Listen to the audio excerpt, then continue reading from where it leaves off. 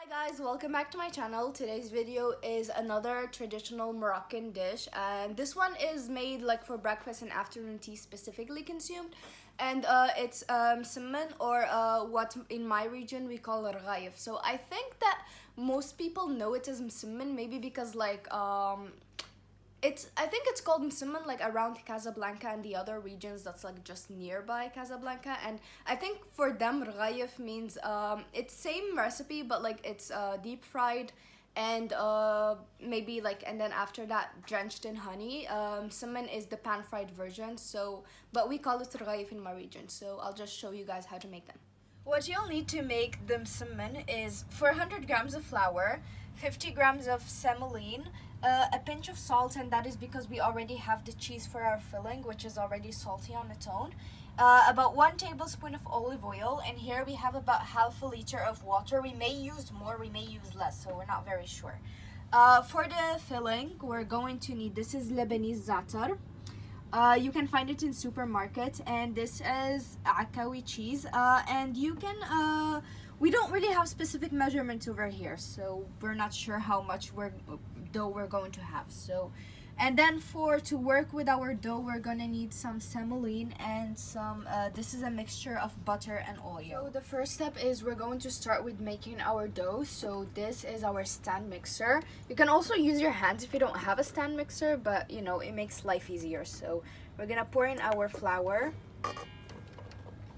After pouring in your flour, you're going to add in your semolina,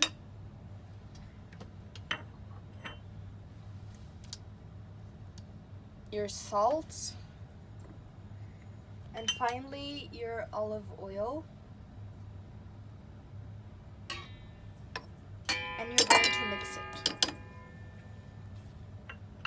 So after mixing in all these ingredients and like incorporating them really well, we're going to slowly start adding in our water. And the secret is we need the dough to be a little lighter. This isn't bread, so like we need it to be a lot lighter than bread.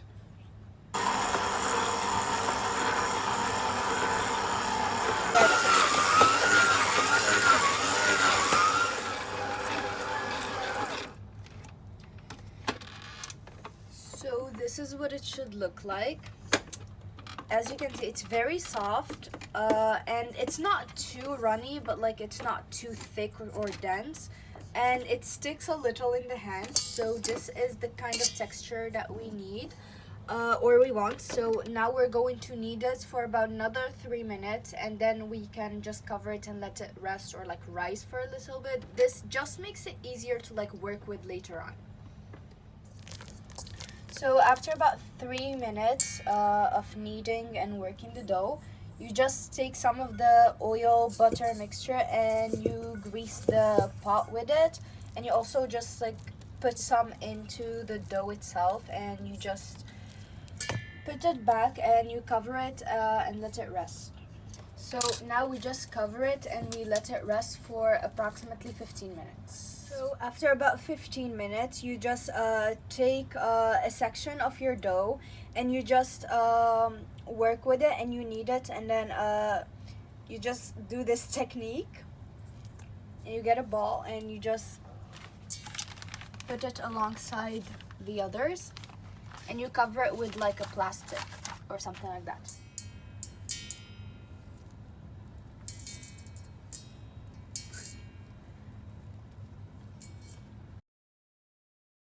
So after we've run out of dough, we just cover it with a plastic. So we took a Ziploc bag and we like split it so like it can spread evenly.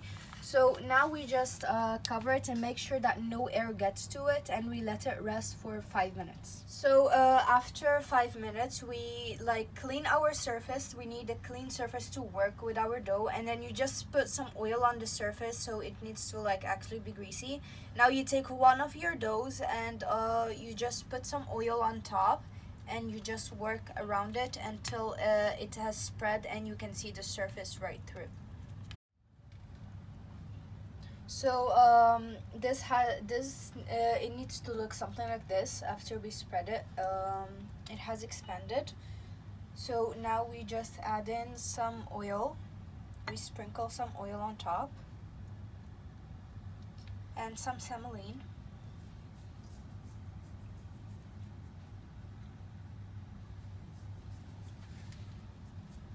So now we gently, just be very careful at this stage.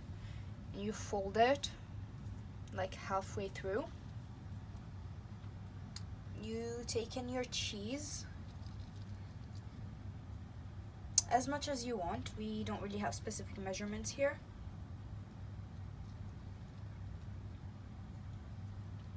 And after that we sprinkle in some zaatar.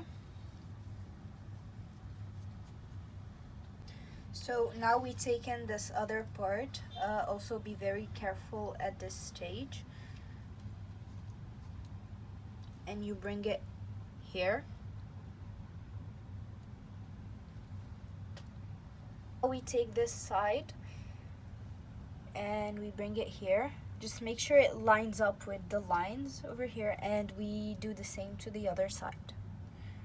So after we've done that dough, so we just bring it back to the pan, and we let it rest until we work with the rest of our dough.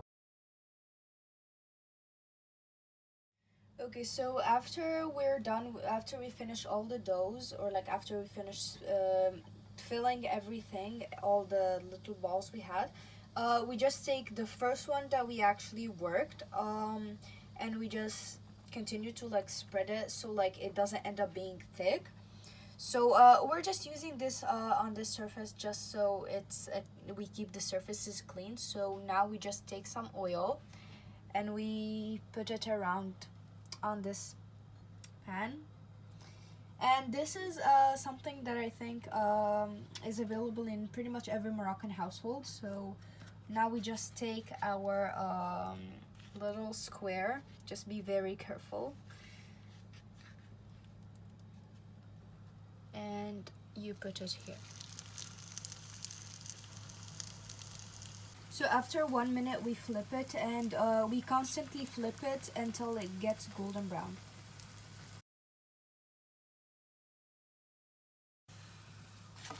So after it has it got this golden brown color on both sides, we just take it off the heat.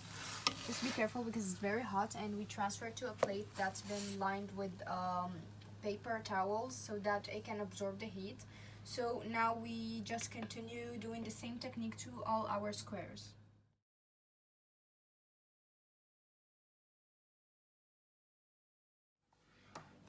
So this is the final product. This is what they look like. As you can see, this dark color is the zaatar. And I know they're not perfect squares, but I'm not a professional, so yeah, I've just tried making them. So let's open up one. So you can clearly see the zaatar. And it's so soft, like it's so flaky. Oh my god, the cheese.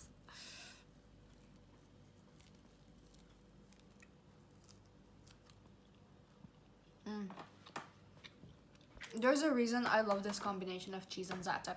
I'm not a fan of zaatar, but I love this one because I don't know, I feel like the cheese and zaatar complement each other, even in manaqish, but like that's a whole other story. But I love this one because it already has a flavor of its own. Traditional plain msemmen would be like you have to serve it with like honey and butter and maybe jam, however you like. But plain, I don't think it's very, I mean, some people eat it plain, but I don't know, I don't really like it plain. But I like this one because it already has flavors in it, so I don't need to add something else. This concludes today's video. Again, if you like this kind of content, please like, share, comment, subscribe, so you guys can support me to make more content. And thank you guys so much for watching, and I'll see you guys in my next video. Bye!